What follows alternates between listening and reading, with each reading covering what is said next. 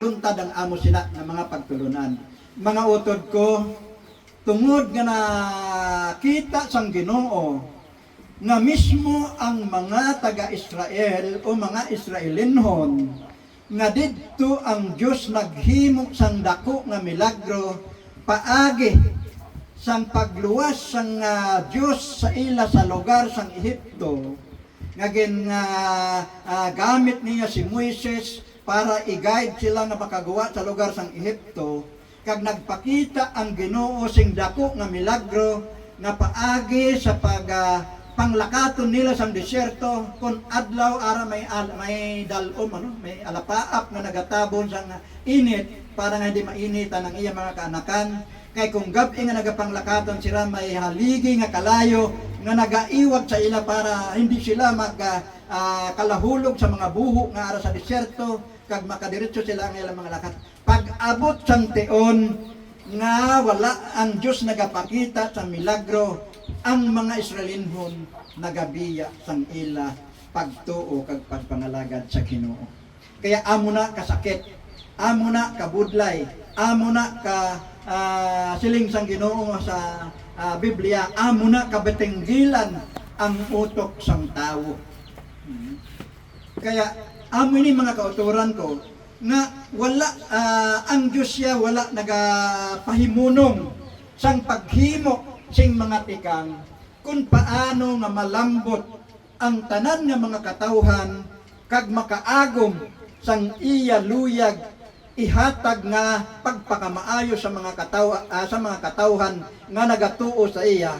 Amo na ang kabangdanan paagi sa pagsuway sa mga Hudiyo o mga Israelinhon ang pulong naglambot diri sa aton nga mga ginatawag nga hintil. Kaya ini karon nga amon nga aton mabasahan kag mabatian nga mga pulong kinahanglanon nga aton mahibaluan ang kamatuoran kung paano kita magapangalagad bilang isa katinatawag nga mga Kristiyano. Nga ang nagluntad ang amo sini nga may mga pagtuon tungod sa linggo pakagina nga nakita sang Dios nga ang mga katawhan nagaangkon nga sila mga Kristohanon pero ang ila mga ginahimo hindi iya ni Kristo. Amo na ang diretso nga pulong nga talagang nakita naton nga kung ano ang mga bagay nga ginakaugtan sang Dios amo pa ang ginagamit sang iban nga mga pagpanudlo para nga ikaw kumbensyon nga ikaw Kristiyano.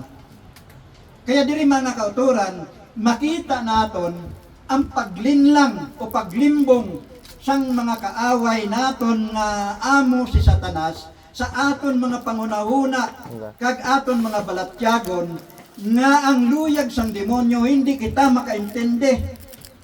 Kaya amo na nga ang Ginoo ang aton Dios nga Amay naghimo sing halad para sa mga katawhan nga sa diin ang sinuman nga magbaton kag magtuo sa iya makaagom sang kaluwasan.